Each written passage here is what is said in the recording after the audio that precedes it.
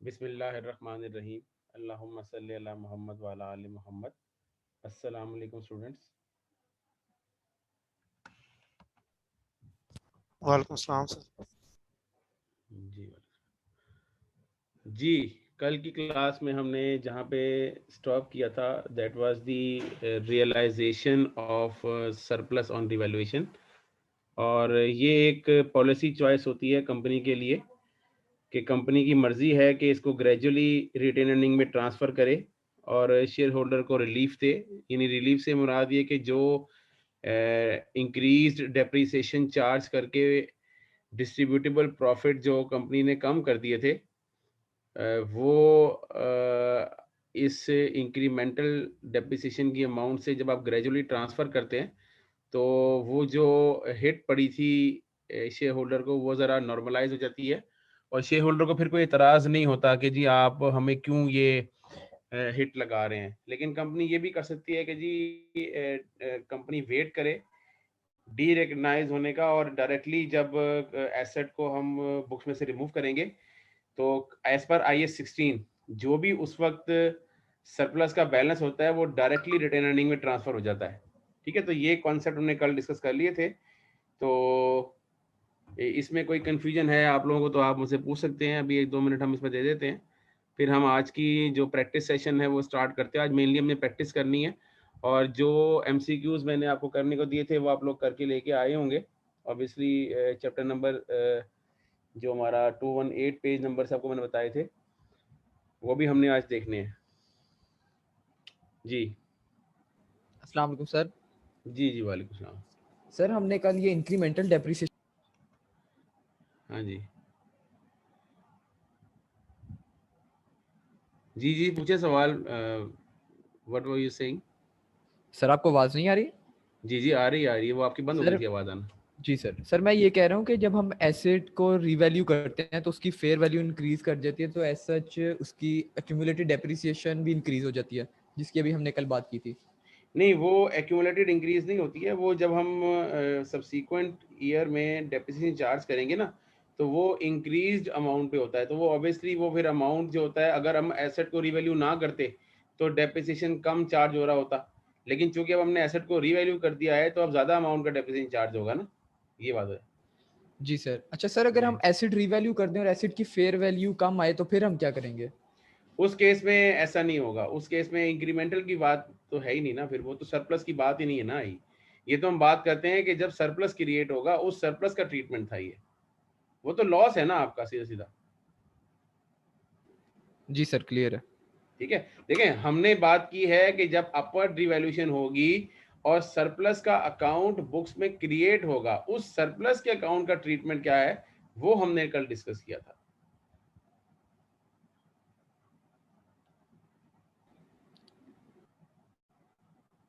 जी, और कोई सवाल?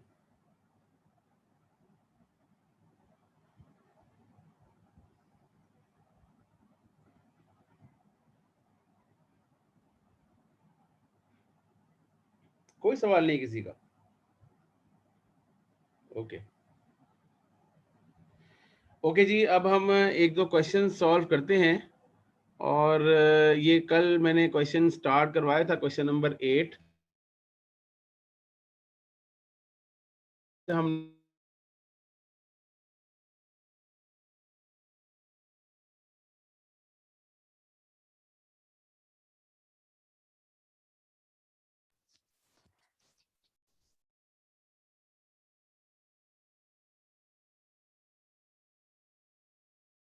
पूछेगा, मैं इसको ओपन कर लूंगा, फिर हम उसको लेके चलेंगे। जी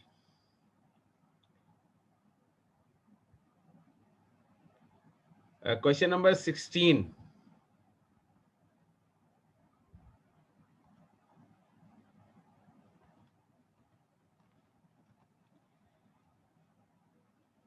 सॉरी, क्वेश्चन नंबर 8 है, एक्सरसाइज 8 है, IAS 16 है।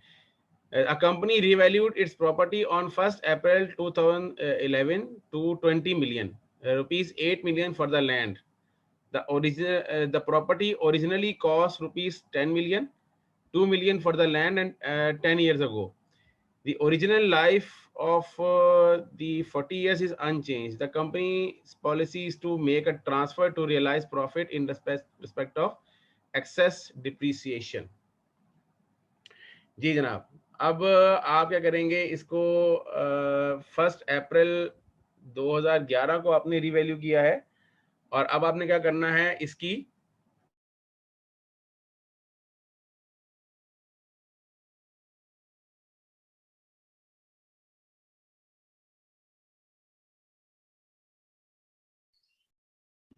जी जी सर स्क्रीन शेयर नहीं हो रही है। स्क्रीन शेयर मैंने की तो थी वैसे।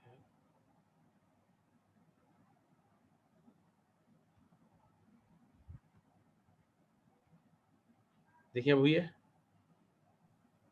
यस सर, अब हुई जी है। जी ओके जी, 1-2 मिनट का वेट कर लें, बच्चे जो है ना वो ज्वाइन कर रहे हैं, काफ़ी स्टूडेंट्स फिर वो ज्वाइन करते हैं। जस्ट गिव मी 1 और 2 मिनट्स। सर ये आपने शेयर फोल्डर में रखा हुआ है? जी जी शेयर फोल्डर में रखा हुआ है, नहीं तो मैं रख दूंगा आज, अगर नहीं है तो रख दूंगा। नहीं रखा हुआ, देख रहा था। कोई बात, ये कोई सिर्फ बात। अस्सलाम वालेकुम। जी वालेकुम सलाम। सर जी इसके ऊपर तो 2 न्यूमेरिकल भी थे उसमें जो आपने एमसीक्यूज नहीं दिए। जी जी वो कर लिए होंगे माशाल्लाह आपने। जी सर ट्राई किए। हाँ जी आप ट्राई कर लेते हैं माशाल्लाह, अच्छी बात है, ट्राई करना चाहिए जी, ट्राई ज़रूरी होता है। Thank you sir.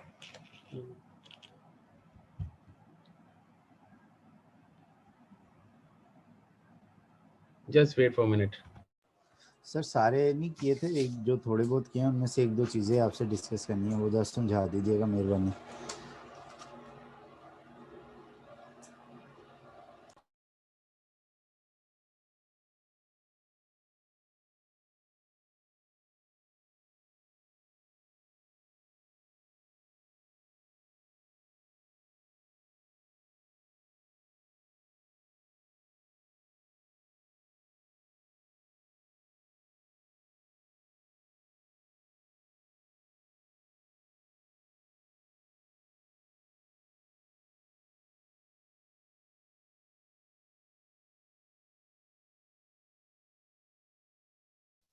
अस्सलाम वालेकुम सर।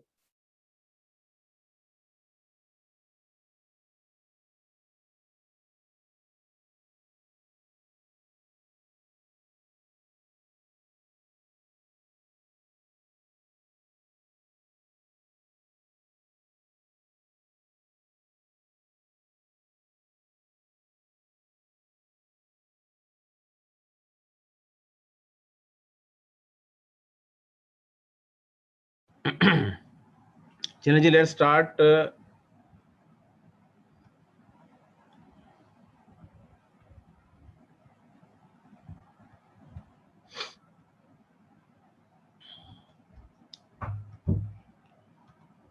ओके जी, अब इसका हम इसको सॉल्यूशन करते हैं। हमने करना ये है कि 1 साल यानी 1 अप्रैल को ये रिवैल्यू हुआ है और हमने 31 मार्च की जो फाइनेंशियल स्टेटमेंट में चेंजेस हैं वो ज़रा आइडेंटिफाइड करनी है।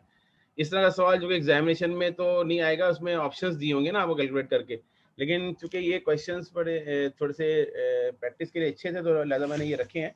अभी जब एमसीक्यूज हम सॉल्व करते हैं तो वहाँ पे हम देख लेंगे इस तरह के सवाल के ऑप्शंस कैसे दिए जाते हैं एग्जाम में। इसमें जी इसको फॉर्मेट ऐसे करते हैं कि इसमें एक कॉलम बनाते हैं लैंड का और एक कॉलम बनाते हैं बिल्डिंग का और एक कॉलम बनाते हैं टोटल का। ठीक है, तो ये इसकी कॉस्ट है जो इन्होंने बताया हुआ है कि टोटल में 8 मिलियन लैंड की है, तो 8 मिलियन इसको लैंड कर लेते हैं। बिल्डिंग की कॉस्ट फिर वो 12 मिलियन की हो जाएगी और टोटल ये 20 मिलियन आ जाएगा। ठीक है, तो ये आपने इसको कैलकुलेट कर लिया है, ये कॉस्ट है। अच्छा, अब ये आपने किया है 10 साल पहले की ये सिचुएशन है। ठीक है, इसका मतलब ये है कि जो बिल्डिंग है वो 10 साल तक डेप्रिशिएट हुई है। ठीक है जी। अच्छा, बिल्डिंग की जो लाइफ थी वो 40 इयर्स है। ठीक है, जब आपने रीवैल्यू किया तो 10 साल गुजर चुके हैं, तो 10 साल बिल्डिंग डेप्रिशिएट हो चुकी होगी, तो आपने कैलकुलेशन करनी होती है ना कि कैरिंग वैल्यू कंप्यूट करनी है। तो ये तो कॉस्ट हमने कैलकुलेट की है, तो अब कैरिंग वैल्यू निकालें। कैरिंग वैल्यू और ये हम निकाल रहे हैं आज की डेट की, यानी कब कर रहे हैं हम, 1 अप्रैल 2011 की। ठीक है जी।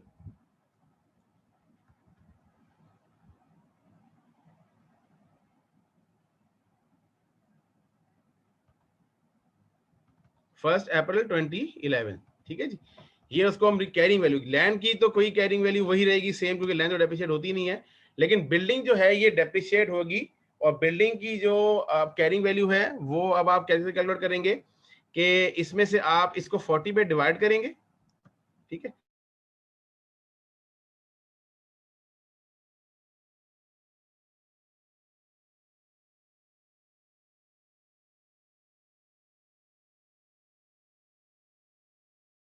है जब 3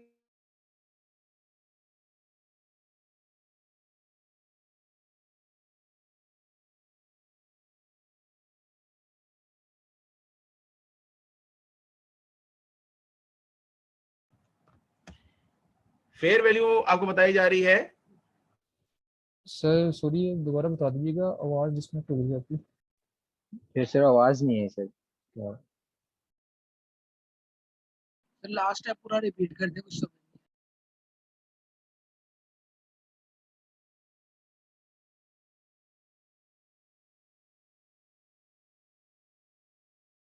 मेरा ख्याल है sir disconnect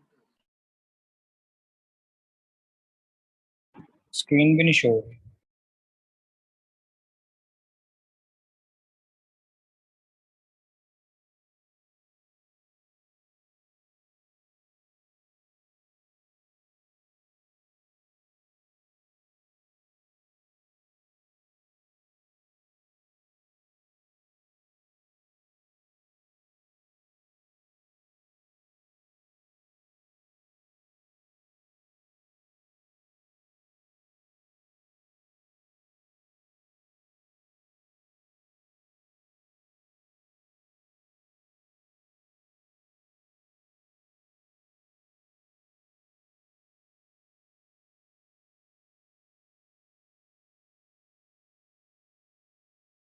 ji class, I think वो नेटवर्क ब्रेक हुआ था।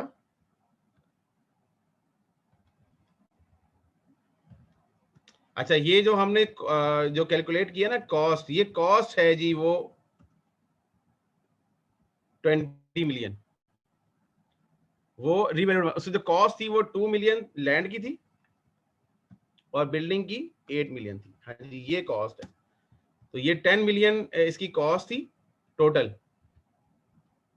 10 ईयर्स अगो। तो ये 200,000 पर ईयर का डेप्रिसिएशन चार्ज हुआ होगा 10 साल तक।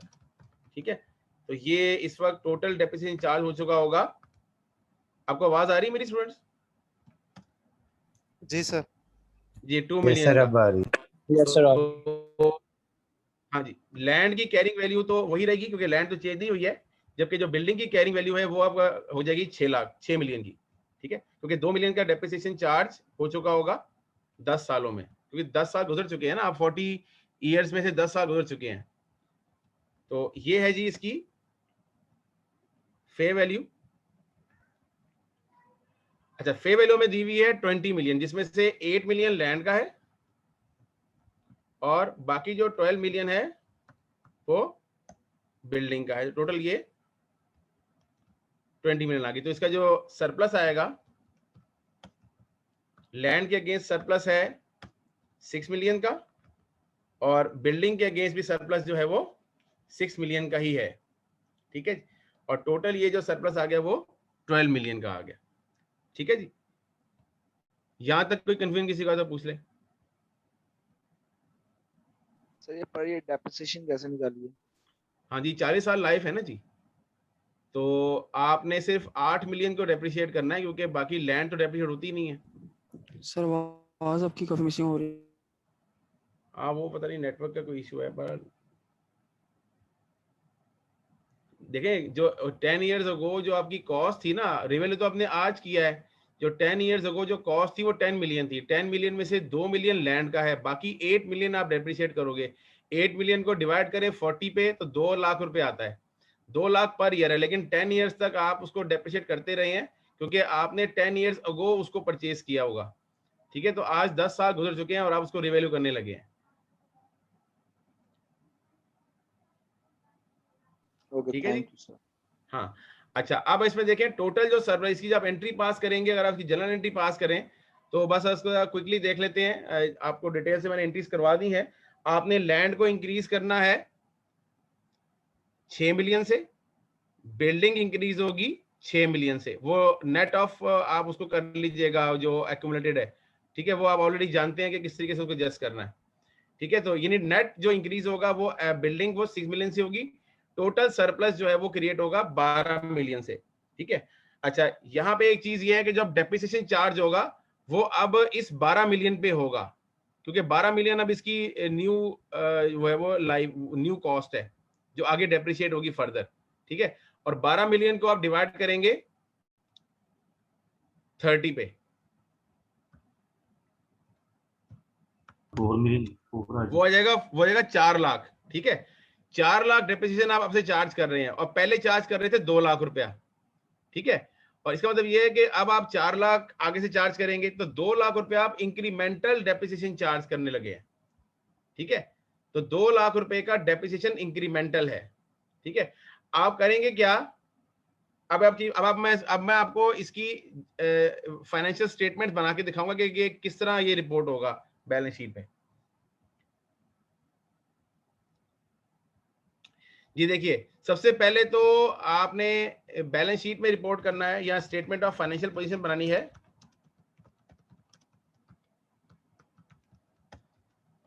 जी, उसमें सबसे पहले लैंड रिपोर्ट होगी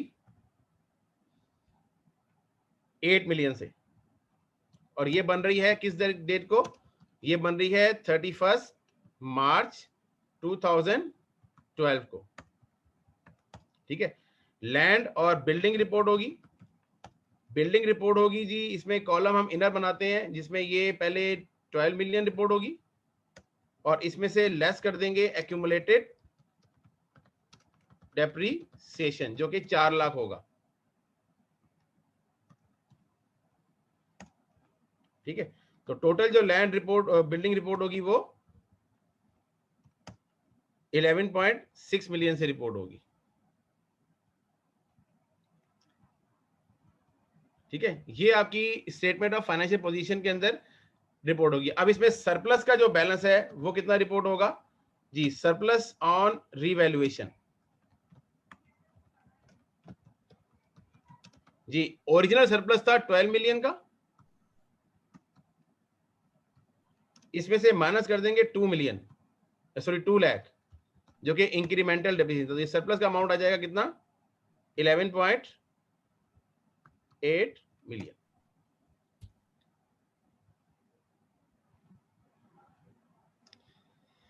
ये है जी आपकी फाइनेंशियल पोजीशन की एक्सट्रैक्ट।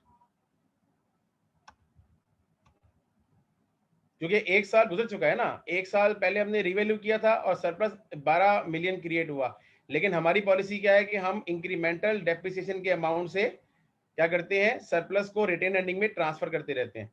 तो चूंकि अभी हमें रिटेन अर्निंग का बैलेंस दिया हुआ नहीं है, लिहाजा हम उसको रिपोर्ट नहीं करेंगे, लेकिन जो अकाउंट्स हमें इस वक्त पता है कि क्या क्या टोटल अमाउंट होने चाहिए थे वो हमने रिपोर्ट किए हैं और उनका जो फाइनल बैलेंस होना चाहिए था वो हम यहाँ पे शो कर रहे हैं जी। एक्सक्यूज मी सर, ये 4 लाख कैसे आया एक्यूमुलेटेड डेप्रिसिएशन का? 4 लाख बेटा ऐसे आया कि जब आपने इसको रिवैल्यू किया ना, लैंड को, सॉरी बिल्डिंग को रिवैल्यू किया, लैंड को रिवैल्यू किया, तो ये 12 मिलियन इसकी कॉस्ट हो जाएगी अब दोबारा, ठीक है। और चूंकि 10 साल गुजर चुके हैं तो अब इसकी लाइफ रिमेनिंग लाइफ जो है वो, यानी इसकी रिमेनिंग कॉस्ट है 12 मिलियन, ये जो यहाँ पे आएगी, और जो रिमेनिंग लाइफ है वो 30 ईयर्स है, क्योंकि 10 साल गुजर चुके हैं। उसको डिवाइड करेंगे बेटा कितना आंसर आएगा 4 लाख, और 1 साल अभी हुआ है ना डेप्रिसिएट करते हुए, ठीक है सर। ये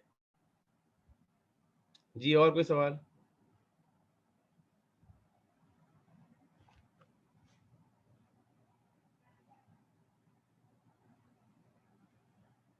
जी यासीन साहब। सर मैंने बस ये पूछना था, ये जो सरप्लस का अकाउंट होता है ये परमानेंट अकाउंट है या ये जो हमारा एक बैलेंस चल रहा होता है प्रॉफिट एंड लॉस के बाद जो नहीं नहीं जनरल फंड? नहीं, ये सरप्लस अकाउंट होता है, ये रिजर्व अकाउंट है, ठीक है ना। ये समझ लें कि कैपिटल रिजर्व है, इसे कैपिटल रिजर्व हाँ कहेंगे। एग्जैक्टली, वो हर साल उसी में जाके प्लस माइनस होते रहते जी हैं। जी जी जी दो जी। सरप्लस और ये डायरेक्टली इक्विटी में ट्रांसफर होता है, ये प्रॉफिट Exactly. लॉस के थ्रू ट्रांसफर नहीं होता। जी ठीक हो गया। ठीक है, ये डायरेक्टली इसकी एंट्री पास मैंने कल एंट्री करवाई थी, सरप्लस हाँ ऑन रिवैल्यूएशन डेबिट और रिटेन अर्निंग क्रेडिट। जी जी बिल्कुल, थैंक यू। जी और कोई सवाल? ओके, अब इसमें 2-3 क्वेश्चंस फर्दर हैं इसी हैंडआउट में, जो कि आप लोगों की प्रैक्टिस है। इसमें अगला सवाल जो क्वेश्चन नंबर 9 है, ये इसको आप सॉल्व कीजिएगा। ये इसमें आंसर दिया हुआ है, ये कल की डेट में इंशाल्लाह हम चेक कर लेंगे कोई प्रॉब्लम हुई तो। और इसके बाद एक सवाल है, ये जो सवाल है ना जी, क्वेश्चन नंबर 10, ये आप लोग जरूर सॉल्व कीजिएगा। ये बड़ा इंपॉर्टेंट क्वेश्चन है, जिसके अंदर तकरीबन तमाम सर हाँ तमाम कॉन्सेप्ट I16 के जो है वो कवर हो जाते हैं। जी वालेकुम सलाम। जी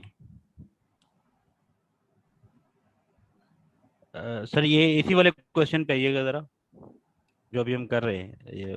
जी जी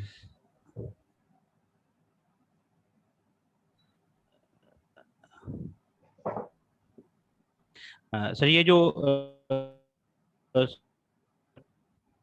प्लस ऑन रीवैल्यूएशन है, ये अपना 12.8 मिलियन जो है। आपकी आवाज ना ब्रेक हो रही है। ये वैसे शो किया आपने नीचे लिख के जो बचता है। आपकी आवाज ना मैं पूछ रहा हूँ सर, ये जो सर हेलो जी जी, अब आप बोलें प्लीज बोलें। जी सर, मैं पूछ रहा हूँ ये सरप्लस ऑन रीवैल्यूएशन जो है, ये रिपोर्टिंग का हिस्सा है? हाँ जी, ये हमारी इक्विटी अकाउंट है ना, it is an equity account. I think आपने वो पुराना लेक्चर मेरा नहीं लिया, परसों वाला, इससे पहले वाला, नहीं जिसमें मैंने नहीं लिया सर मैंने। उसमें मैंने बताया था कि जी लिया सरप्लस सर, इज मैंने लिया था lecture. It is a shareholder equity account या capital reserve account. It is a capital reserve account reported in shareholder equity section. ठीक है, रिपोर्टेड इन असल में मैं हाँ ये कंफ्यूज हो गया ना, ये एसेट्स और वो लायबिलिटी दोनों साइड बना दी है आपने। नहीं मैंने तो देखिए, मैंने तो फाइनेंशियल पोजीशन बनाई है। अब जो एसेट है वो एसेट में रिपोर्ट हुआ है, मैंने उसको क्लासिफाई नहीं ना किया। जी जी, मैं इसलिए थोड़ा सा कंफ्यूज हो गया। ठीक है, कोई बात नहीं। इसको यहाँ पे ना आप हेडिंग भी डाल सकते हैं, थोड़ा सा इसको अगर क्लासिफाई करना है ना, तो इसको नीचे यहाँ पे एसेट्स कर दें, ठीक है, और यहाँ पे इसको इक्विटी कर दें, ताकि वो क्लियर हो जाए।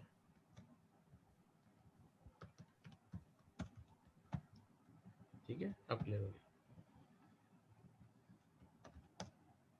जी। अच्छा, अब हम एमसीक्यू की तरफ चलेंगे जी। आप लोग जो पेज नंबर 218 से मैंने एमसीक्यूज आपको दिए थे, वो हमने करने हैं। अगर क्लास में टाइम हमें मिला फर्दर तो हम आज IAS 23 स्टार्ट करेंगे जी। रो साहब। सर ये एमसीक्यू नंबर 5 जो है सर, ये इसको जरा डिस्कस कर लीजिएगा। अच्छा, 1 2 3 4 सबके हो गए जी? यस सर, हो गए जी। 1 में आई थिंक इसका डी आंसर है। ठीक है जी, 4,30,000 सबने किया होगा। ठीक है, और 2 में क्या है जी? ए है सर। हाँ, 2 का ए ऑप्शन है। 3 का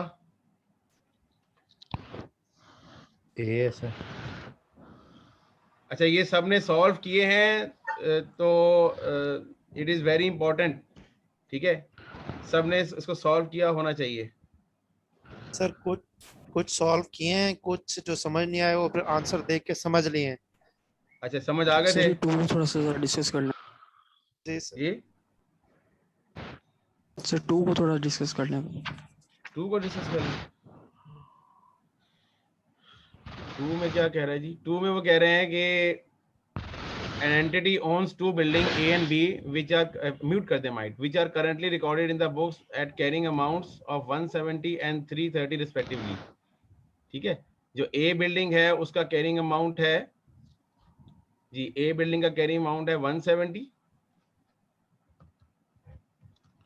ठीक है, और बी बिल्डिंग का कैरिंग अमाउंट है 330, ऐसे ही है जी। Okay, both buildings have recently been valued as follows. Building A की वैल्यूएशन है वो 4 लाख है और बिल्डिंग बी की वैल्यू है वो 2.5 लाख है। अगर आप देखें तो यहाँ पे इस बिल्डिंग में, बिल्डिंग ए में आपको 2,30,000 का गेन हो रहा है, ऐसी है। Yes sir. और यहाँ आपको लॉस हो रहा है 80,000 का, यहाँ आपको 80,000 का लॉस हो रहा है, ठीक है जी। तो आपने नेट एक बिल्डिंग को डेबिट करना है, एक बिल्डिंग को क्रेडिट करना है, ठीक है ना, ऐसे ही करना है ना। अच्छा, एक बिल्डिंग के अगेंस्ट सरप्लस क्रिएट होगा, दूसरी बिल्डिंग के अगेंस्ट प्रॉफिट लॉस में लॉस बुक होगा, ठीक है। तो यहाँ आप देख रहे हैं कि अगर आप देखें तो इन्होंने नॉन करंट एसेट को डेबिट किया हुआ है 1.5 लाख से। देखते हैं ये ए ऑप्शन ठीक है या नहीं है। दूसरे में इसने डेबिट किया प्रॉफिट लॉस 80,000 से।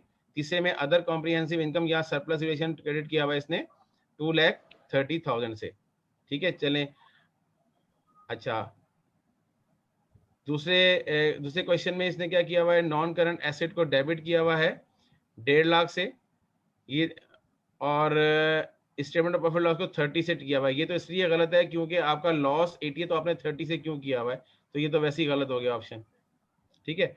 तीसरे ऑप्शन में क्या है कि उसने डेबिट किया हुआ है नॉन करंट एसेट्स को 1.5 लाख से और सरप्लस क्रेडिट किया हुआ है 1.5 लाख से। ये भी गलत है क्योंकि आपने, क्योंकि एसेट टू एसेट आपने सरप्लस रिकॉर्ड करना होता है, ये भी आपने गलत किया हुआ है, ठीक है। और चौथे ऑप्शन में क्या है कि आपने ये तो वैसे ही लॉस,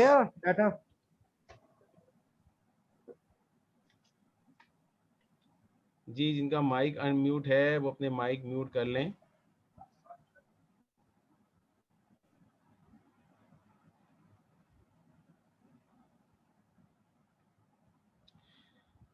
और डी ऑप्शन में वैसे ही गलत है क्योंकि आपका जो सरप्लस है वो गेन वो 230 का है, वो रिकॉर्ड नहीं। तो A option is the correct option. जहाँ ये बताइएगा, ये जो 50,000 सरप्लस बैलेंस है, ये जो नीचे लिखा हुआ है, इसका क्या इफेक्ट होगा? नहीं, 50 सरप्लस तो नहीं ना आया, ये the entity has a balance on revaluation surplus of 50 which arose when building A was revalued। तो बिल्डिंग ए के अगेंस्ट ऑलरेडी पड़ा हुआ था ना, ठीक है, वो उसका कोई इशू नहीं है। बिल्डिंग ए के अगेंस्ट फर्दर रिवैल्यूएशन गेन आ गया ना, तो वो इंक्रीज हो जाएगा ना फर्दर। देखिए ये 50 अगर बी के अगेंस्ट होता है ना, बी के अगेंस्ट, तो उसको आप रिमूव करते, बाकी 30,000 आप लॉस रिकॉर्ड करते, ठीक है। लेकिन ये बिल्डिंग ए के अगेंस्ट पड़ा हुआ था सरप्लस, ठीक है। Sir building B first time revalue हो रही है और ए जो है सेवरल टाइम हो सकती है, मे बी पॉसिबल। और हो सकता है कि बिल्डिंग बी पहले भी डाउनवर्ड रिवैल्यू हुई हो, ये भी सकता है ना कि बिल्डिंग बी पहले भी डाउनवर्ड रिवैल्यू हुई हो, वो अपवर्ड हुई ना हुई हो, जिसकी वजह से उसका बैलेंस नहीं आ रहा सरप्लस का, ठीक है। ओके, क्वेश्चन नंबर 3 हो गया जी। क्वेश्चन नंबर 3 में कोई गेन आ रहा है 40,000 का, आई थिंक ये क्वेश्चन ये सबने कर लिया।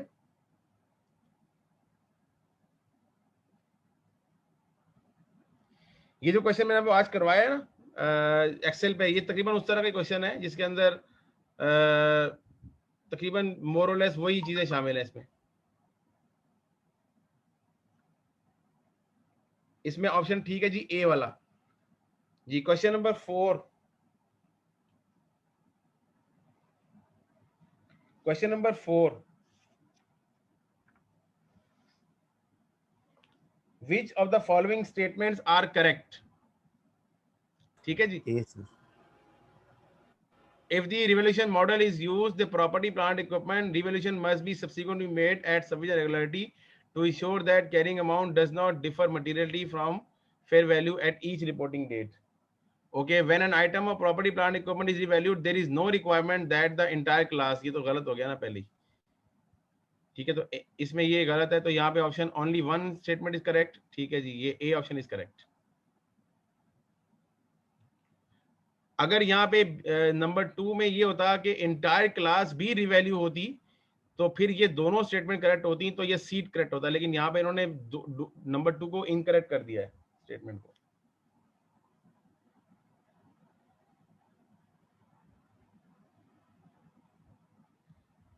जी क्वेश्चन नंबर 5, करवा दें 5। जी 5 में करा देता हूँ, क्वेश्चन नंबर 5 में करा देता हूँ। The following trial balance extract relates to property which is owned by M Limited as on 1st April 2014. Property at cost 20 years original life। ठीक है जी, ये 12 मिलियन है और accumulated depreciation 3.6 मिलियन है, क्योंकि 3 जीरोस उसने ओमिट किए हुए ऊपर। ठीक है जी। अच्छा, on October 1, 2014, following a sustained increase in property prices, and Limited revalued its property to 10.8 million. What will be the depreciation charge in Maria's Limited statement of comprehensive income for the year ended 31st March 2015? ठीक है जी। अच्छा, पहले तो ये बात याद रखें कि आप रिवैल्यू किस डेट को कर रहे हैं। ठीक है, आप रिवैल्यू कर रहे हैं 1 अक्टूबर 2014 को रिवैल्यू कर रहे हैं। ठीक है जी, ये बात सही है। लेकिन आपको जो डाटा दिया हुआ है वो 1 अप्रैल का दिया हुआ है, तो अप्रैल मई जून जुलाई अगस्त सितंबर, ठीक है, 6 महीने का डेप्रिसिएशन आपने चार्ज करना है पहले और फिर रिवैल्यू करना है उस एसेट को। ठीक है, तो आपने कैरिंग वैल्यू कंप्यूट करें जी इसकी, यहाँ पे कैरिंग वैल्यू कंप्यूट करें। ये किस डेट को? 1 अक्टूबर 2014 को जी। कैरिंग वैल्यू कितनी? 8400 जी। कैरिंग वैल्यू आएगी 8400 12,000 माइनस। अच्छा, अब आपने डेप्रिसिएशन चार्ज करना है 6 महीने का फर्दर। ठीक है, तो 12 मिलियन ओरिजिनल है, उसकी लाइफ 20 इयर्स है, तो 6 ईयर की चार्ज हो गई है ऑलरेडी। हाँ, तो ये है ये कितनी आ रही है 36 पर ईयर? सर ये 600 आपका 12 मिलियन का टोटल कॉस्ट है। ठीक है, 20 ईयर्स पे चार्ज होनी है। 6 लाख पर ईयर का डेप्रिसिएशन चार्ज हो रहा है, 6 लाख रुपया। ठीक है जी, और आप इस वक्त तक आपने 6 महीने का डेप्रिसिएशन चार्ज करना है, क्योंकि आपने 6 महीने मजीद अभी डेप्रिसिएशन चार्ज करके इसको इंक्रीज करना है, तो ये हो जाएगा 4200। ठीक है, क्यों 4200? 3900 होगा, क्योंकि ये 36 जो है ना, ये 36 हमारे पास 6 ईयर की होगी ना। Okay okay okay okay okay, yes sir 3900 okay 3900 जी। What is the answer? 83 8,300 हो जाएगा। अच्छा, अब उसकी फेयर वैल्यू कितनी है सर? 8.1 मिलियन हो जाएगा। 10,800 83 तो नहीं आ रहा, सही करें, 8.1 आएगा। 81 ओके, फेयर वैल्यू कितनी है? 10,800। ठीक है जी। सरप्लस कितना आया है जी?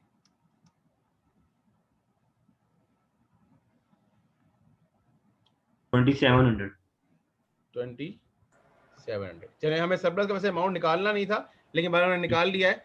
अच्छा, अब क्या होगा कि सब्सीक्वेंट जो डेप्रिसिएशन चार्ज होगा वो 10,800 पे होगा।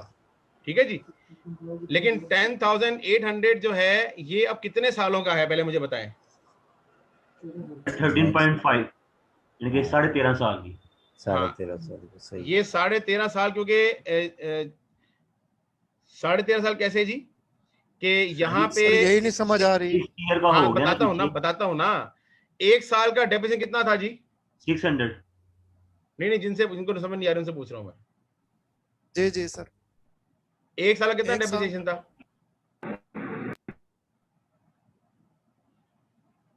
6 लाख। स्किप हो गया। 6 लाख था ना? 6 लाख। 6 लाख था। 6 लाख। तो 6 लाख था, तो एक्यूमुलेटेड कितना है? 3600 देखिए मैं उनसे बात कर रहा हूँ जिनको समझ में नहीं आई, जरा बाकी सब म्यूट कर दें, सिर्फ वो ऑन रखें। अब मुझे उनका नाम नहीं पता। जी रऊफ रऊफ साहब, अगर 6 लाख पर ईयर डेप्रिसिएशन है और 36 लाख अब तक चार्ज हो चुका है, तो कितने साल का डेप्रिसिएशन चार्ज हो चुका हुआ है?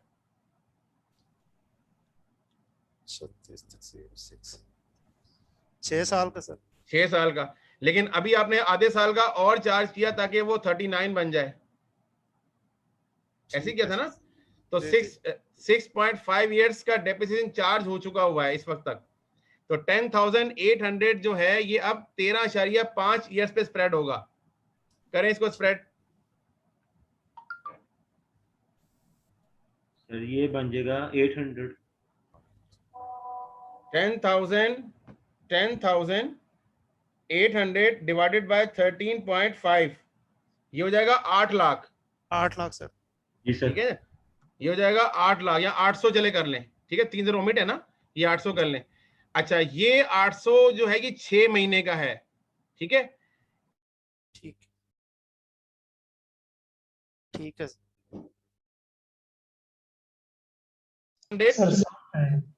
600 rupees 600 as per old structure होगा। ठीक है, और rupees 800 as per new structure होगा। ठीक है,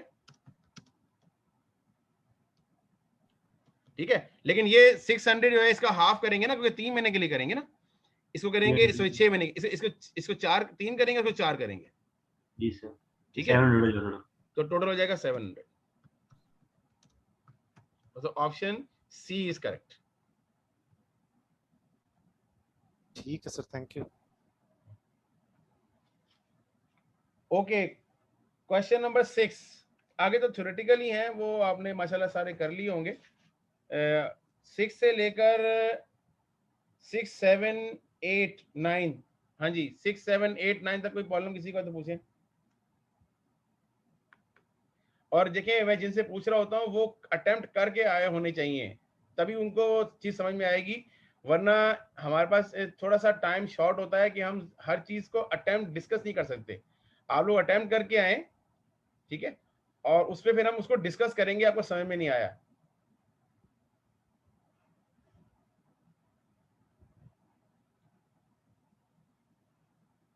जी 9 तक किसी को कोई प्रॉब्लम है तो पूछे। 9 तक, क्वेश्चन नंबर 9।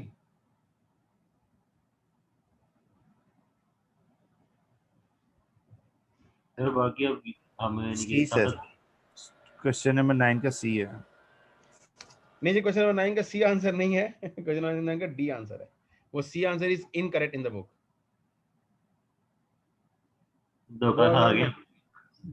नहीं, हाँ धोखा खा गए हैं, यही तो बात है ना। सर 5 तक किए, बाकी नहीं किए मैंने तो। बाकी यार आप मुझे बताएं, अभी जो हमने सवाल एक्सेल पे अटेम्प्ट किया है, 8 नंबर है वही, वो यही तो है। यस वो क्वेश्चन नंबर 9 वही तो है। उसमें क्या आंसर सरप्लस का आया था, देखें जरा। सर 9 के ये अभी जो मैंने क्लास में करवाया आपको, ये जो स्क्रीन में विजिबल है, क्वेश्चन नंबर 8। 9 8 भी वैसे ही है सर, ये वही सवाल है जी। मैंने एमसीक्यू नंबर 9 और 8 और क्वेश्चन नंबर 8 ये एक ही चीज है। अगर आप देखें इसको, वो आपने पूछ क्या रहा है, जरा सवाल पढ़ना जरा यासीन साहब। क्वेश्चन नंबर 9 का क्वेश्चन का कह रहे हैं 8 9 9 क्वेश्चन नंबर 9 एमसीक्यू नंबर 9। हाँ जी, a company revalued its नहीं property on April। वो पूछ क्या रहा है, what is the amount of, what is the amount of balance in revaluation surplus as at 31st March 2010। अच्छा, हमने क्या निकाला है सर? ये 11,800 नीचे इक्विटी के अंदर 2012 तक निकाला। ये ना एक साल और फर्दर आगे जाएगा। ये 2009 को रिपोर्ट हो रही है चीजें, ये फर्दर एक साल और आगे जाना है। 31 मार्च 2010 को वो कह रहा है क्या? नहीं सर, वो उसमें सिर्फ डेट्स का फर्क है। मैंने वहां पे 11-12 लिया हुआ है, उसने 9-10 लिया हुआ है, चीज एक ही है ना। मैंने 2 घंटे घड़ी पीछे कर ली। हाँ 2 साल घड़ी पीछे कर ली है यासीन साहब। देखें, मैंने उसने 9-10 लिया हुआ है, मैंने 11-12 लिया हुआ है, साल तो एक ही है जी सर। बाकी सारा डिटो क्वेश्चन है अगर आप देखें तो। ठीक है, तो ये करेक्ट कर लें जी। हर चीज किताब की ठीक नहीं होती है बाज़ों का, इसीलिए मैं कहता हूं कि जब हम क्वेश्चन सॉल्व करें तो पहले आंसर्स को अच्छी तरीके से खुद सॉल्व करें। बाज़ों का हम खुद सॉल्व कर रहे होते हैं, इसका मतलब ये हुआ किसी स्टूडेंट ने इसको पहले सॉल्व नहीं किया होगा, उसके बाद पहले इसको स्टूडेंट ने जाके चेक किया होगा इसका सोल्यूशन, फिर इसको सॉल्व किया होगा। तो ऐसा ना करें प्लीज। क्वेश्चन नंबर 9 का ये ठीक कर लें, D is the correct option. D 11.8 million. Thank you sir. और अच्छा, अब ये हर जगह भी ऐसा नहीं है, अब आपने शक की निगाह से नहीं देखना किताब को कि अच्छा हर चीज गलत होगी। ये कोई शाज़ और नादिर गलती होती है, ये भी, क्योंकि ये भी ऑब्वियसली कोई टाइपो एरर हो जाता है। ठीक है, तो ये आपने ये भी नहीं करना कि हर सवाल ही गलत देख के उसको अटेम्प्ट करना है। इस बुक के अंदर तकरीबन 99.9% एक्यूरेसी है अल्हम्दुलिल्लाह जी। Question number 10, which of the following is an optional disclosure requirement of IAS 16। अच्छा, ये बेसिकली ना ऑप्शनल होता है। इसके अंदर अगर आप देखें कुछ चीजें ऐसी हैं जो कि डिस्क्लोज करना ऑप्शनल होता है। अगर कोई प्रॉपर्टी प्लांट इक्विपमेंट आइडल है, आइडल से मुराद ये होता है कि वो इस वक्त करंटली इस्तेमाल नहीं हो रहा, ठीक है, तो बेटर ये होता है कि उसको रिपोर्ट कर दिया जाए। ठीक है, लेकिन अगर कोई कंपनी उसको फिलहाल टोटल में रिपोर्ट करती है लेकिन उसकी अलग से सेपरेट डिस्क्लोजर नहीं देती, तो कोई मसला नहीं है, वो ऑप्शनल है।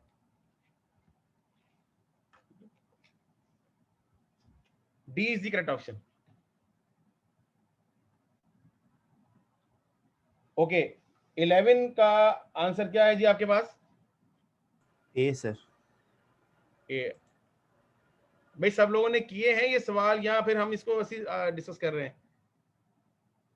बस ये 10 तक ही किए हुए थे। नहीं, ये 10 तक तो नहीं, आगे भी सवाल करने थे, आगे भी इंटरेस्टिंग क्वेश्चंस हैं। चले मैं इसको कराता हूँ, जितना आज हमसे हो सका करते हैं। बहरहाल ये अब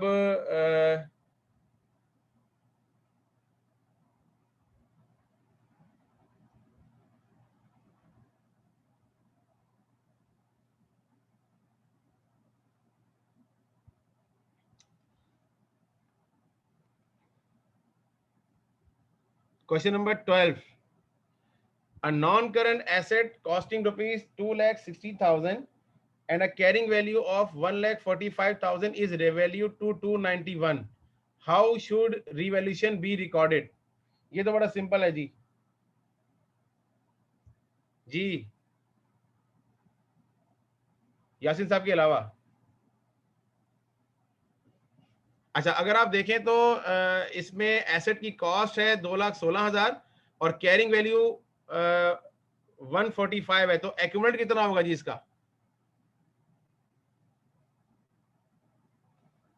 अगर कॉस्ट कॉस्ट 2,16,000 है और एक्यूमुलेटेड डेप्रिसिएशन 71 है, ठीक है। अच्छा, आपको गेन कितना हो रहा है?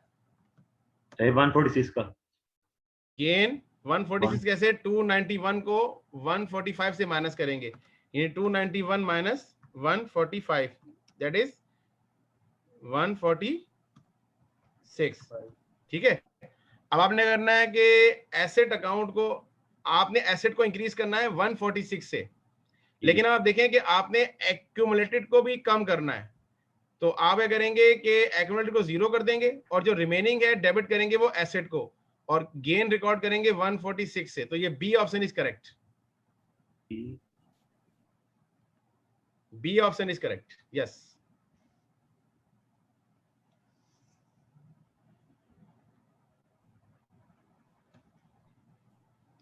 ठीक है जी। Asset debit 75, accumulated depreciation debit 71 और सरप्लस क्रेडिट 146। जी सर जी 13 14 जरा डिस्कस कर दीजिएगा। हाँ जी वो करते हैं सारे।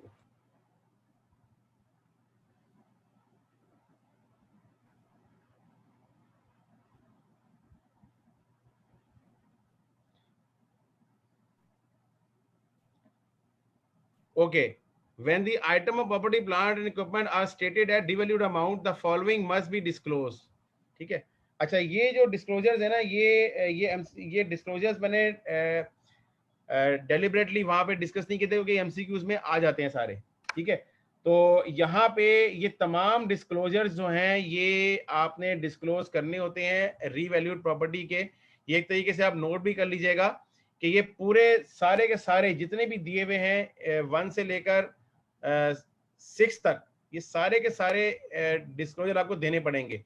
अच्छा, क्या है जी? The effective date of revaluation, whether an independent valuer was involve, ये आपको बताना पड़ता है कि जी हमने इंडिपेंडेंट वैल्यू को बनाया था. The method and significant assumptions applied in estimating the assets items fair value, बिल्कुल आप बताते हैं जी कि हमने कौन कौन सी assumptions ली हैं, हमने मार्केट वैल्यू ली थी, हमने कौन कौन सा डिस्काउंट रेट लिया था वगैरह, सब आपको बताना पड़ता है. The extent to which the items fair value are determined directly by reference to observable prices in an active market or recent market transactions on arm's length or were estimated using other valuation techniques. आपको बताना पड़ता है कि ये आपने market की trading से ये वैल्यूज निकाली हैं या आपने कोई अदर टेक्निक यूज की है जिसमें आपने इसकी वैल्यू को एस्टिमेट किया है. आपको basically method of calculating fair value define करना पड़ता है. अच्छा, ये चीज आप पढ़ेंगे जाके, या मैं बता देता हूँ IFRS 13 में जाके. ये अभी इस सेमेस्टर में तो खैर आपके पास नहीं है, लेकिन नेक्स्ट सेमेस्टर में जाके इसके बारे में डिटेल आप पढ़ेंगे IFRS 13 में जाके कि किस तरीके से एसेट की फेयर वैल्यू कैलकुलेट की जाती है. ये आर्म लेंथ टर्म्स किस चीज के लिए इस्तेमाल होती है जी? ये आर्म लेंथ टर्म, इसकी डेफिनेशन क्या है? आर्म लेंथ का मतलब होता है कि the transaction between independent parties, transaction between independent parties.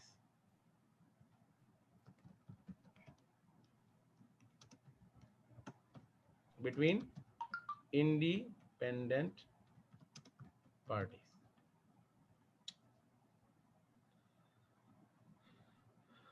For each revalued class of property, plant, equipment, the carrying amount that would have been recognized had the asset been carried under cost model. बिल्कुल बताना पड़ता है जी कि आप अगर ये asset revalue ना करते तो इसकी कैरिंग वैल्यू क्या होती. ठीक है. The surplus on revaluation indicating the change for the period and any restriction on the distribution of balance to shareholders. ठीक है, बिल्कुल आपको बताना पड़ता है. और क्या आपने जी कि इस सरप्लस अमाउंट में से हमने इतना अमाउंट जो है वो रिलीज कर दिया है रिटेन अर्निंग में और इतना अमाउंट अभी रिस्ट्रिक्टेड है जो कि हम अभी डिस्ट्रीब्यूट नहीं करते. सारे के सारे डिस्क्लोजर आपको on the respect of revaluation आपको देने पड़ते हैं. सर ये हम अपने इस वाले सब्जेक्ट में पढ़ेंगे या नहीं पढ़ेंगे? क्या ये सारे डिस्क्लोजर सर? हाँ जी, ये पढ़ते हैं, बिल्कुल पढ़ेंगे, क्यों नहीं पढ़ेंगे. ये तो देखिए ना, एक तरीका तो ये है कि आपको मैं डिस्क्लोजर पढ़ा दूं, एक तरीका ये है कि एमसीक्यूज के अंदर वो कवर हो जाएगा ना. ठीक है, जब एमसीक्यू सॉल्व करेंगे तो ऑटोमेटिकली आप उनको डिस्कस तो करेंगे ना. फिर भी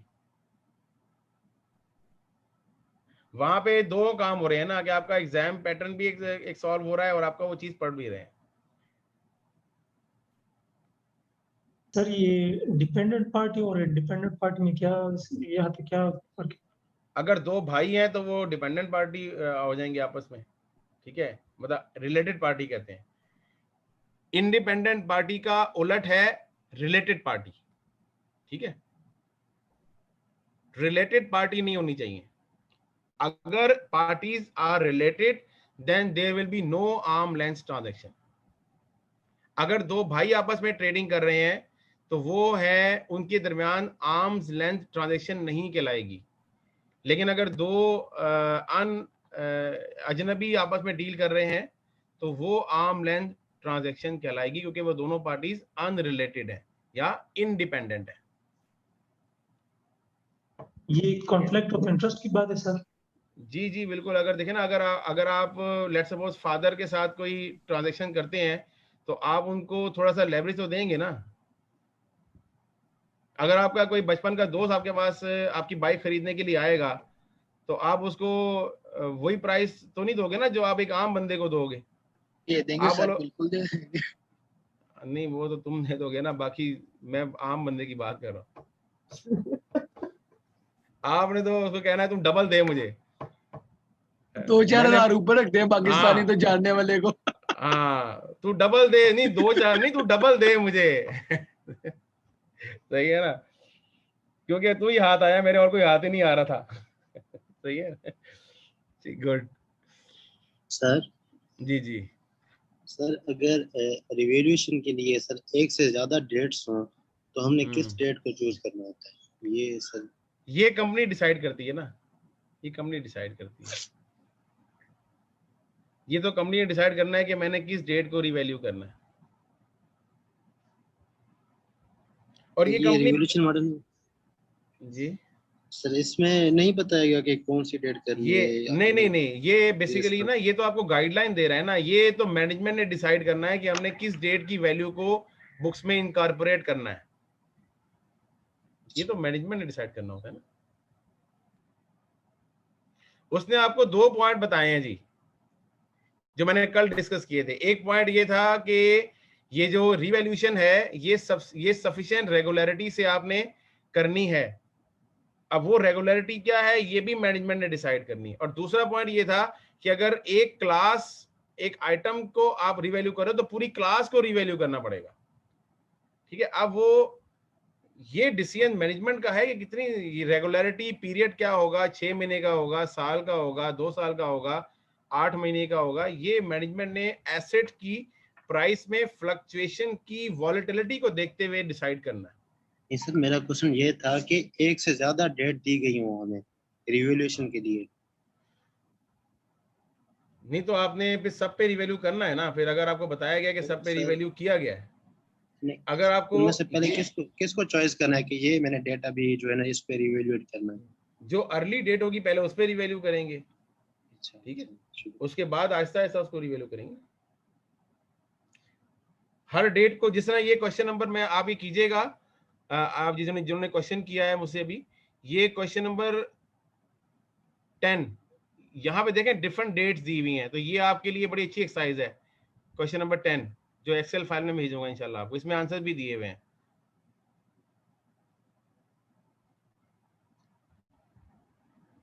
ओके जी, इसके बाद क्वेश्चन नंबर 14 है। क्वेश्चन नंबर 14 के अंदर भी अगर हम देखें तो IAS 16 इंकरेजेस डिस्क्लोजर्स। ठीक है, वो आपको, इसका मतलब ये कि ऑप्शनल डिस्क्लोजर है। ठीक है, कि the carrying amount of temporary idle, जो पीछे में देखा कि ये ऑप्शनल डिस्क्लोजर है लेकिन इंकरेज करता है इसको IAS 16। The gross carrying amount of any fully depreciated property that still in use. ऐसा वैसे होगा नहीं, क्योंकि आप हर साल प्रॉपर्टी को रिवैल्यू करते हुए ये चेक तो करते हो ना कि इसकी लाइफ कितनी रिमेनिंग है। ठीक है, लेकिन अगर वो प्रॉपर्टी डेप्रिशिएट पूरी हो चुकी है लेकिन अभी वो आपके इस्तेमाल में है, तब भी आप उसको 1 रुपए पे जो रिपोर्ट करते हैं ना, कम से कम, बिल्कुल जीरो नहीं करते। सर ऐसे ही है, हमारी कंपनी में हो रहा है, काफी एसेट्स ऐसे ही है। चले, वो 1 रुपए पे रिपोर्ट किए हुए आपने फिर सारे? जीरो पे स्टैंड किए हुए हैं, उसकी रिवैल्यूएशन करवानी है, अभी तक हो नहीं रही है। चलें उसको कराएं बहरहाल रिवैल्यू, उसको 1 रुपए पे तो कम से कम शो होगा, ताकि बुक्स में तो जिंदा तो रहे ना वो। क्योंकि जीरो पे तो कोई वैल्यू नहीं ना होती, वो 1 रुपीज उसको रख दें कम से कम। जी सर, 1 रुपीज ही है मिनिमल सी, वो फर्दर डेप्रिशिएट नहीं हो रहे, लेकिन पार्ट ऑफ कॉस्ट अभी तक है वो ना। जी जी, the carrying amount of property plant equipment retired from active use and held for disposal। ठीक है, बेसिकली ये जो है ना, ये IAS 16 के अंडर डिस्क्लोजर नहीं जाता। ठीक है, लेकिन बहरहाल अगर आप इसमें IAS 16 में ये कर देते हैं तो फिर भी है, लेकिन ये डिस्क्लोजर आप IFRS 15 में करते हैं। ठीक है, लेकिन IAS 16 ये कहता है कि अगर आप ये डिस्क्लोजर कर देते हैं तो भी बेहतर है।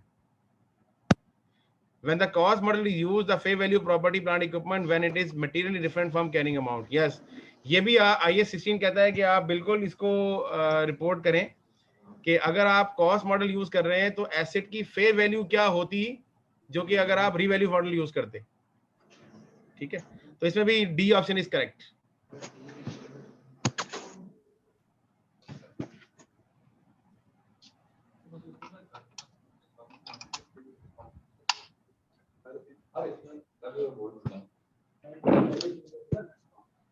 जी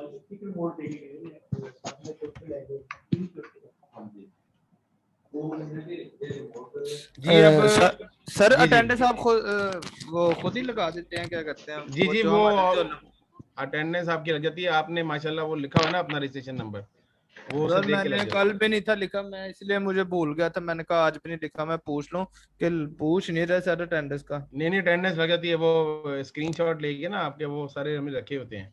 ठीक है। अच्छा जी नेक्स्ट क्वेश्चन है, which of the following statements is correct. ठीक है, an entity may present PPE at gross carrying amount और नेट कैरिंग अमाउंट। ठीक है, नहीं आपको basically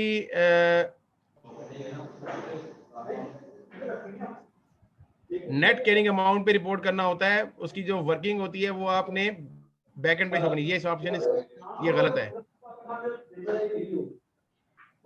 under revaluation model PPE are revalued at each year, ये भी गलत है क्योंकि आपने खुद डिसाइड करना होता है कि ये आपने कितनी, ये आप प्लीज इसको म्यूट कर दें माइक को जिसका क्वेश्चन नहीं है।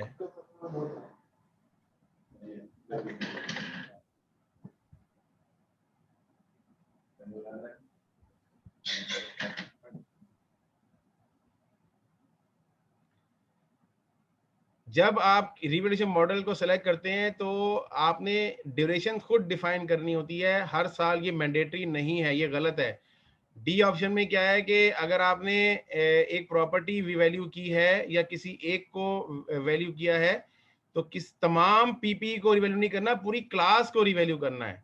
ठीक है, तो क्लास के अंदर अगर प्रॉपर्टी है तो सारी प्रॉपर्टी को करना है, इक्विपमेंट तो सारा इक्विपमेंट करना है। ठीक है, तो ये भी गलत है, तो B option is correct, either useful life और डेप्रिसिएशन रेट्स आर डिस्क्लोज। ठीक है, अगर आप यूजफुल लाइफ डिस्क्लोज कर देते हैं तो रेट खुद ब खुद कैलकुलेट हो जाएगा। ठीक है, और अगर आप रेट कैलकुलेट कर देते हैं तो लाइफ खुद ब खुद डिफाइन हो जाती है।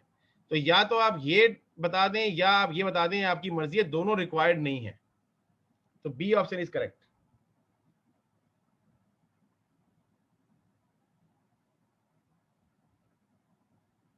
क्वेश्चन नंबर 16 जी, किसी ने किया क्वेश्चन नंबर 16? जी सर यहीं तक किए थे बस। 16 हो गया आपसे? अस्सलाम वालेकुम सर। जी वालेकुम सलाम।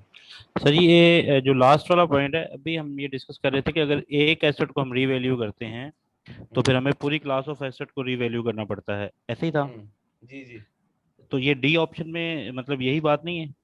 नहीं, डी में लिखा हुआ है all of PP. All of PP के अंदर तमाम क्लासेस आ जाती है ना, क्लास प्रॉपर्टी की क्लास अलग है, अच्छा, all of its class PP. अलग। जी जी ठीक, मतलब उसमें फिर वो बिल्डिंग से रिलेटेड अलग अलग हाँ। होंगे इक्विपमेंट्स। ठीक है, अगर आप फर्नीचर को रिवैल्यू करें तो सारा फर्नीचर रिवैल्यू करेंगे, अगर आप प्रॉपर्टी को कर रहे हैं सारी प्रॉपर्टी करेंगे, अगर आपने कोई व्हीकल्स किए तो सारी व्हीकल्स को करेंगे, लेकिन तमाम पीपी को रिवैल्यू करना जरूरी नहीं है। किसी एक क्लास को जो आप कर रहे हैं ना, वो एसेट जिस क्लास से ताल्लुक रखता है ना, उस क्लास को पूरा रिवैल्यू करना जरूरी है। और सर ये revalued at the end of each year option C में, ये इसकी बजाय ये है कि एट रिपोर्टिंग डेट। नहीं नहीं, ये कंपनी डिसाइड कर सकती है कि हाफ ईयरली भी कर सकती हैं, कंपनी से एनुअली भी कर सकती हैं, कंपनी बाय एनुअली भी कर सकती हैं, company once in a 2 year भी कर सकती है। ये पीरियोडिक जो टाइम पीरियड है ये कंपनी डिसाइड करती है। आईएएस के अंदर ईयरली का कोई पॉइंट नहीं दिया हुआ। ठीक है सर, रिमाइंड हो गया सर, बोलिए। कोई बात जी। क्वेश्चन नंबर 16 कर लेंगे जी। ये किसी ने किया है question number 16? What is the answer? Answer देखे बगैर। 3087 सर। जी, बाकी लोगों ने किया है जी? No sir. करें इसको, 5 मिनट लगाएं, जल्दी करें इसको क्विकली, क्योंकि आज हमने बस ये एमसीक्यूज ही करने हैं। अच्छा, अब नेक्स्ट टाइम से आप लोग को मैं आपको ना एक दिन पहले एमसीक्यू दिया करूंगा ताकि आपके पास एक दिन का टाइम हो तो आप वो तमाम एमसीक्यू सॉल्व करके लाएं। हमने सिर्फ मेन पॉइंट डिस्कस करने हैं, हर एमसीक्यू को हम इतना टाइम नहीं लगा सकते क्योंकि 1000 एमसीक्यू अगर हमने सॉल्व करना है तो इस तरह तो फिर हम तकरीबन पूरा साल ही लगे रहेंगे। और अभी तो ये छोटे छोटे एमसीक्यूज हैं, इसके बाद सिनेरियो बेस्ड एमसीक्यूज भी हमारे पास आएंगे आगे जाके।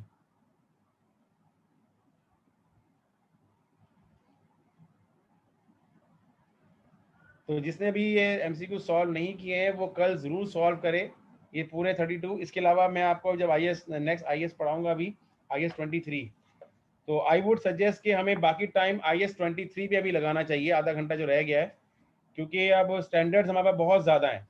ये जो स्टूडेंट्स आज नहीं करके लाए हैं ये इसको एमसीक्यू को सॉल्व करें, हम कल इसको आधा घंटा दे देंगे शुरू का, ठीक है। तो आई वुड सजेस्ट कि जो बाकी टाइम है ये आईएएस 23 पे हम अभी डिस्कस करते हैं, ठीक है। तो टेक अ 5 मिनट ब्रेक, तो बाकी 20 मिनट हम आईएएस 23 पे डिस्कस करें।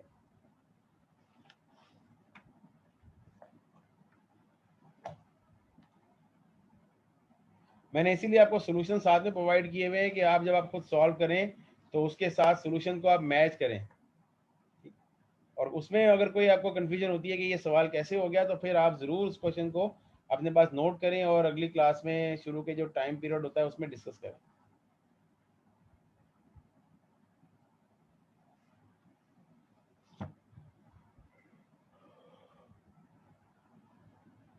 Take a 5 minute water break.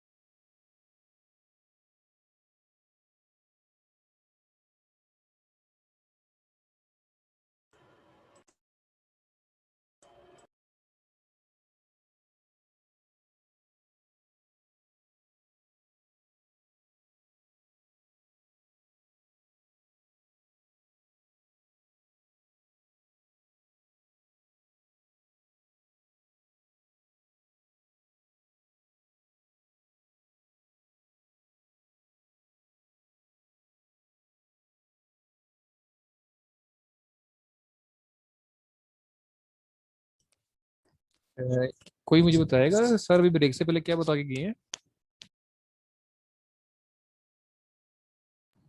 जी नाजिम, मैंने कहा है कि 5 मिनट की पानी की ब्रेक लेने हैं बस, वही शुरू करते हैं बोरोइंग कॉस्ट। Okay sir. बस वे करें सर बाकी के जो ये एमसीक्यूज हैं ये कल डिस्कस करेंगे हम। जी जी, असल में मैंने फील किया है कि सिर्फ आप या एक दो स्टूडेंट्स ही करके लाए हैं, मेजॉरिटी ने अटेम्प्ट ही नहीं किए हैं। तो अभी चूंकि ये अब एक्चुअली ना प्रैक्टिकल नहीं यासीन साहब कि हम हर एमसीक्यू को ना क्लास में डिस्कस कर सके, क्योंकि ये एमसीक्यू बैंक है, इसमें हम मेजर मैं प्रैक्टिस आपको करवा दूंगा, आपको मैं स्टैंडर्ड पूरा पढ़ा दूंगा, हर कॉन्सेप्ट को करवा दूंगा। अब उसकी प्रैक्टिस जो है ना वो आपने आपको मैं दूंगा होमवर्क में। हाँ, उसको प्रैक्टिस के दौरान आप क्यूरीज नोट करें, आंसर्स दिए हुए हैं वो आप उसमें मैच करें, और अगली क्लास में जो शुरू के 10-15 मिनट हम रखते हैं, हम 20 मिनट भी रख सकते हैं शुरू के, we don't have any issue वो। लेकिन उसका सबसे फायदा कब है, जब वो स्टूडेंट खुद अटेम्प्ट करके लाएगा। ये चीज अगर हम ऐसे करेंगे ना कि हम राइट फ्रॉम द बिगिनिंग वो चीजें पढ़ाना शुरू कर दें, तो हम डुप्लीकेशन ऑफ एफर्ट करेंगे, क्योंकि वो चीज ऑलरेडी हमने पढ़ाई हुई है। ठीक है, तो जो क्योंकि अब ये मेरा ये इसमें एक्सपीरियंस रहा है, कोई ये मेरा अल्हम्दुलिल्लाह 6वां-7वां सेशन है, उसमें ये होता है कि जब इफेक्टिव ये रहता है कि आप खुद से अटेम्प्ट करके लाएं। ठीक है, राइट फ्रॉम द स्क्रैच अगर हम चीजें कराते हैं तो वो फिर इतना इफेक्टिव नहीं होता, वो फिर एक तरह से दोबारा टीचिंग ही हो जाती है, वो ऑलरेडी चीजों को दोबारा एक तरह से पढ़ाया जाता है। तो इसीलिए मैंने अभी मजीद को डिस्कस नहीं किया, क्योंकि काफी मेजॉरिटी स्टूडेंट्स को अटेम्प्ट नहीं करके लाई मेरा ख्याल। तो इसको जरूर देखें। इसमें आपको अगर मैं ऐसे एस्टिमेट लगाऊं तो आधा घंटा आपको डेली, आधे से पौना घंटा आपको इस सब्जेक्ट को देना चाहिए डेली बेस पे। अगर आप 1 घंटा निकाल सकते हैं तो 1 घंटा तो बहुत अच्छा है, लेकिन कम से कम आधा घंटा तो आप ज़रूर इस सब्जेक्ट पे निकालें। वो ठीक है, आप लोग जॉब भी कर रहे हैं, कुछ स्टूडेंट्स जॉब भी कर रहे हैं, लेकिन जो स्टूडेंट जॉब नहीं कर रहे वो तो खैर ज़्यादा टाइम निकाल सकते हैं, लेकिन जो जॉब कर रहे हैं वो कम से कम आधा घंटा ज़रूर निकालें डेली इस सब्जेक्ट के ऊपर।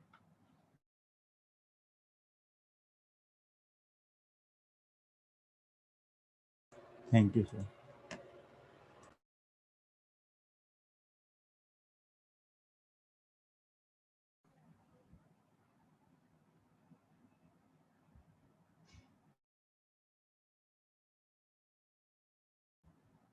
जी मेरी आवाज़ आ रही है आपको यासीन साहब? यस सर, आ रही है। ओके।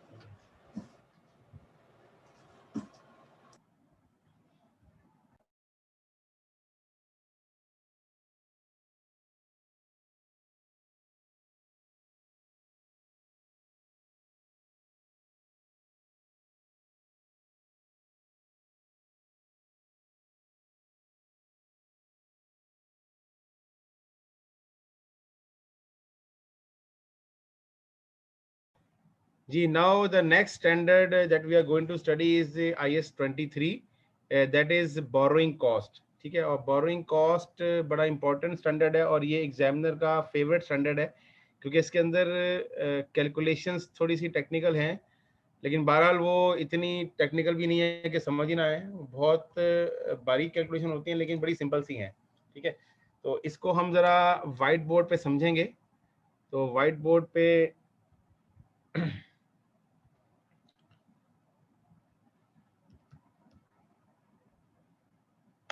ओके,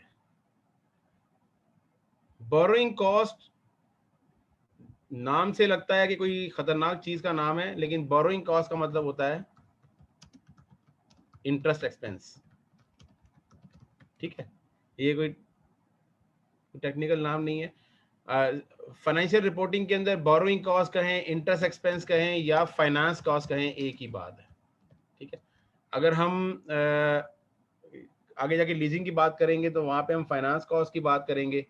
ठीक है, अगर हम दूसरे किसी स्टैंडर्ड के अंदर बोरोइंग कॉस्ट का वर्ड इंटरचेंजेबली यूज होता है फाइनेंस कॉस्ट में, लेकिन इसमें कुछ टर्म्स जो है वो ब्रॉडर हैं, कुछ नैरोअर हैं, लेकिन अल्टरनेटिवली ये यूज होती हैं। ठीक है, बहरहाल इंटरेस्ट एक्सपेंस हम कब पे करते हैं जी? जब हम कोई उधार लेते हैं, कंपनी उधार लेगी तो इंटरेस्ट पे करेगी ना। अच्छा, यहाँ पे IS 23 का क्या पॉइंट है? IS 23 ये कहती है कि अगर ये इंटरेस्ट एक्सपेंस आप इंकर कर रहे हैं उस लोन पे जो आपने किसी एसेट को कंस्ट्रक्ट करने के लिए उधार लिया है, तो फिर ये इंटरेस्ट एक्सपेंस नहीं है, ये कैपिटलाइज होना चाहिए। ठीक है जी, दोबारा सुने, IAS 23 ये कहता है कि अगर आपने बैंक से या किसी और इदारे से उधार किसी एसेट को कंस्ट्रक्ट करने के लिए लिया है और वो एसेट सब्सटेंशियल पीरियड लेता है कंस्ट्रक्शन का, यानी 1 साल 2 साल 3 साल लेता है वो कंस्ट्रक्शन के, और उस पीरियड में आप इंटरेस्ट कॉस्ट पे कर रहे हैं और लोन भी आपने उसी एसेट पे इस्तेमाल किया है, तो लिहाजा ये जो इंटरेस्ट है ये एक्सपेंस नहीं है, ये उसकी कॉस्ट का पार्ट हो जाएगा। यानी जब हम एसेट को बिल्ड कर रहे हैं तो हम इंटरेस्ट एक्सपेंस को रिकॉर्ड ना करें बल्कि कैपिटलाइज करें। उसके लिए एक यहाँ पे डेफिनेशन है क्वालिफाइंग एसेट की। क्वालिफाइंग एसेट वो एसेट है, the asset that takes substantial time to be ready. ठीक है, हम किसी क्वालिफाइंग एसेट के ऊपर बोरोइंग कॉस्ट को कैपिटलाइज कर सकते हैं। अगर एसेट क्वालिफाइंग एसेट नहीं है तो उसकी कॉस्ट को हम कैपिटलाइज नहीं कर सकते, वो बोरोइंग कॉस्ट हम एक्सपेंस आउट करेंगे। ये पॉइंट है जी बोरोइंग कॉस्ट का IAS 23 का। अब IAS 23 में 2 किस्म के सिनेरियोज हो सकते हैं। देयर आर 2 सिनेरियोज जो कि IAS 23 में डेवलप होते हैं। नंबर 1 स्पेसिफिक बोरोइंग और नंबर 2 होता है जनरल बोरोइंग।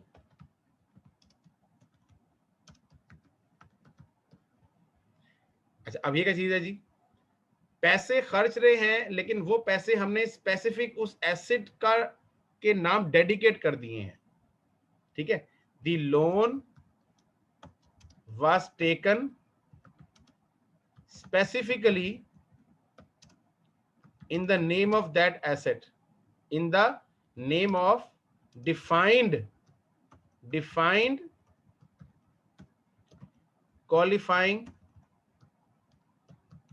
asset। ठीक है, और जनरल बोरोइंग क्या है जी, कि the amount that was used in the construction of qualifying asset comes from general pool of borrowings।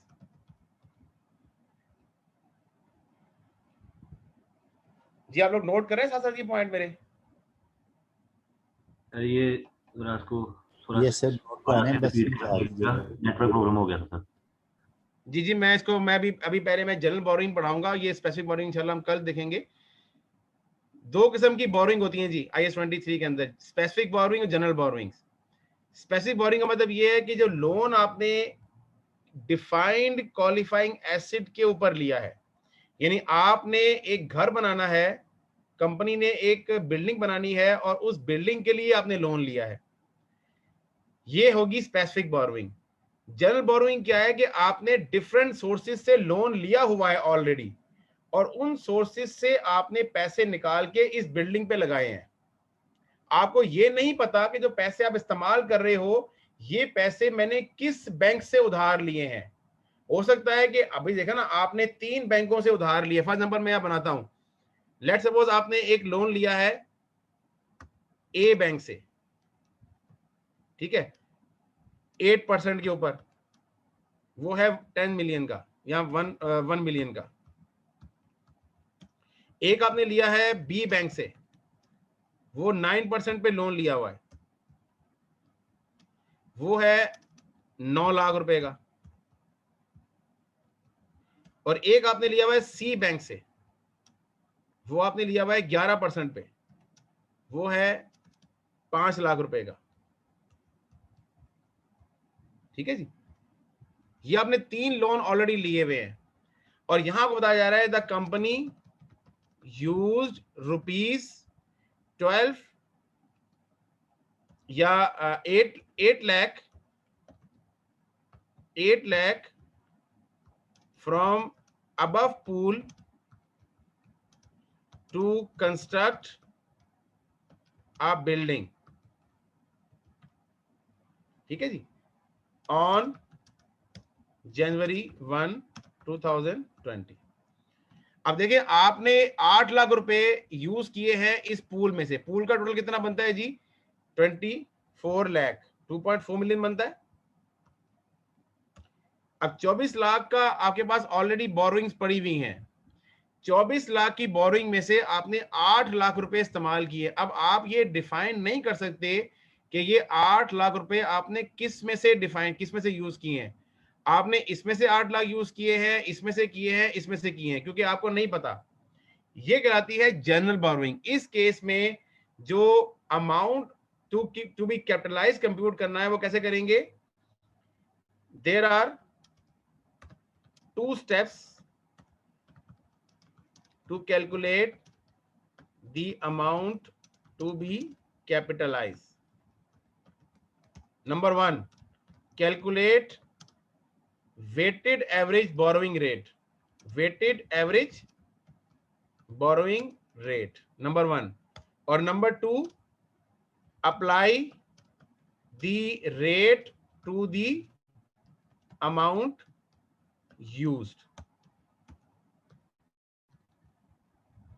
ठीक है जी, बेस्ड ऑन टाइम फ्रैक्शन। भाई देखिए ना, अगर आपने 6 महीने के लिए यूज किया तो आप 6 महीने का उसको फ्रैक्शन कर लेंगे। अच्छा, सबसे पहले जी हमने कैलकुलेट करना है वेटेड एवरेज बोरोइंग रेट। जी वो कैसे कैलकुलेट करेंगे जी? उसके लिए आप क्या करें, यहीं पे इसका इंटरेस्ट कैलकुलेट करें। अगर ये पूरे साल का इंटरेस्ट कैलकुलेट सर होता। काइंडली स्पीड थोड़ी स्लो रखें। अच्छा मेरी चीज, सॉरी सर मैं आपको डिस्टर्ब करती हूँ, लेकिन वो चीजें फिर बीच में स्किप हो जाती हैं। अब अभी आपको क्या समझ नहीं आया इसमें अब तक जनरल बोरोइंग में?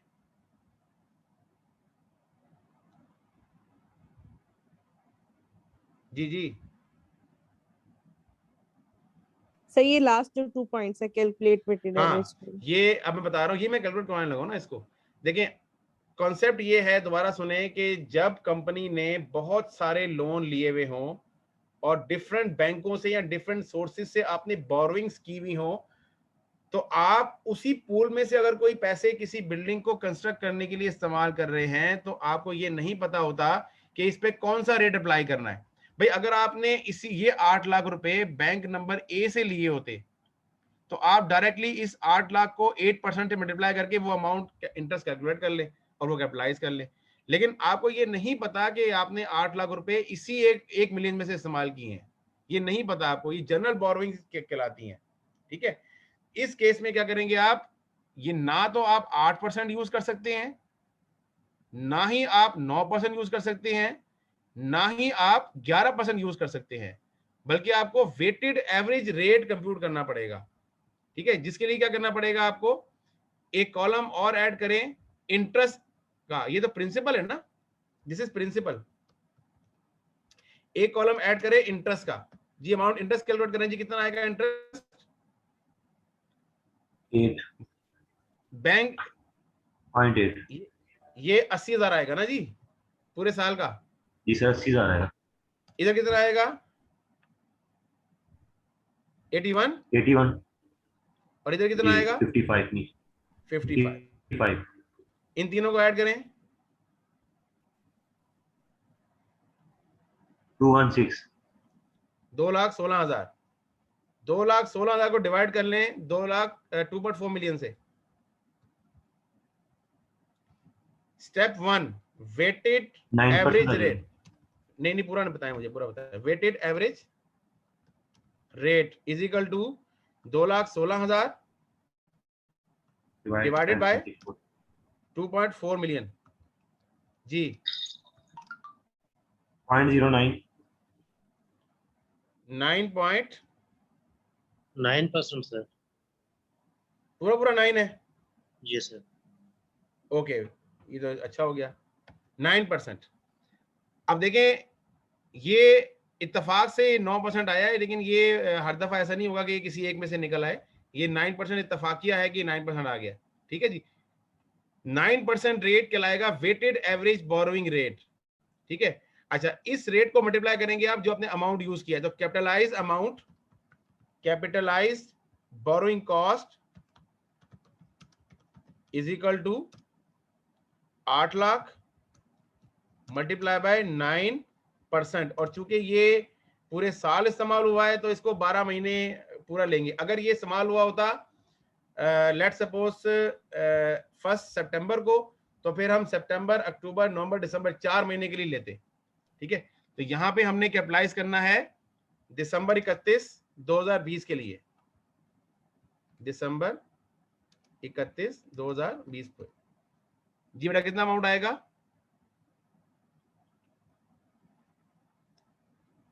8 लाख इंटू 72,000.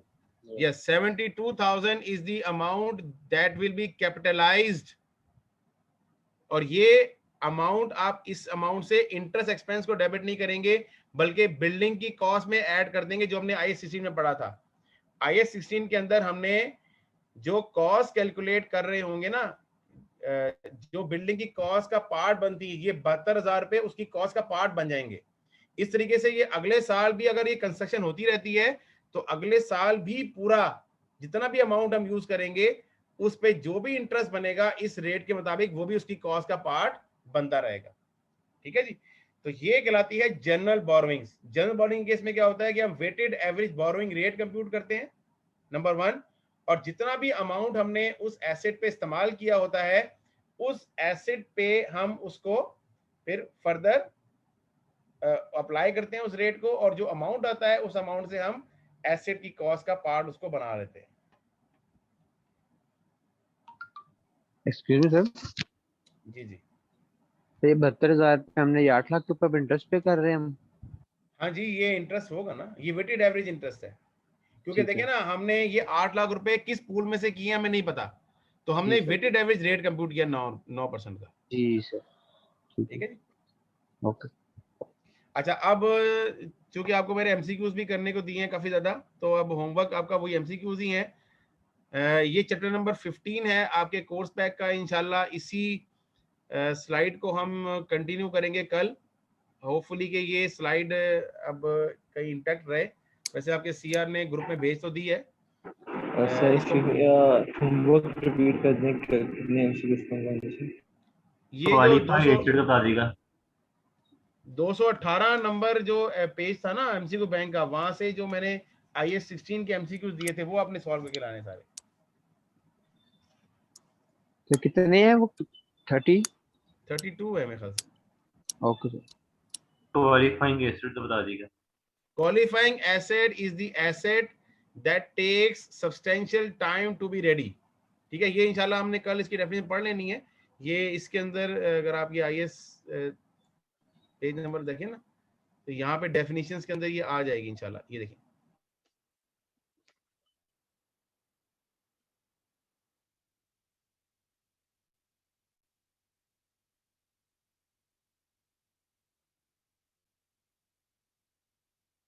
कल कंप्लीट हो जाएगा।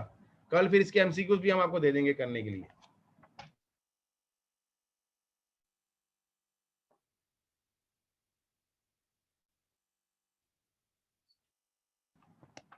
ये स्टैंडर्ड आधा हो गया, लेकिन IAS 23 आधा मैंने करवा दिया आपको। तो कुछ स्टैंडर्ड जो है वो बहुत छोटे हैं। IAS 16 तो काफी ज्यादा था। हाँ जी, हाँ जी सर, ये सब्सटेंशियल टाइम की कोई लिमिट होती है कि नहीं? Substantial time is a subjective matter, it is based on professional judgment of the management.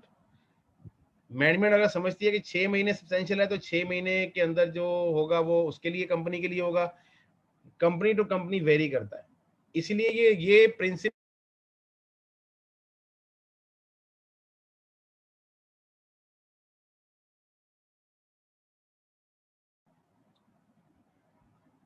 ठीक है जी। चलिए जी, अजानें भी हो रही हैं। वी विल मीट टुमारो इंशाल्लाह। Thank you. इंशाल्लाह। अल्लाह हाफ़िज़।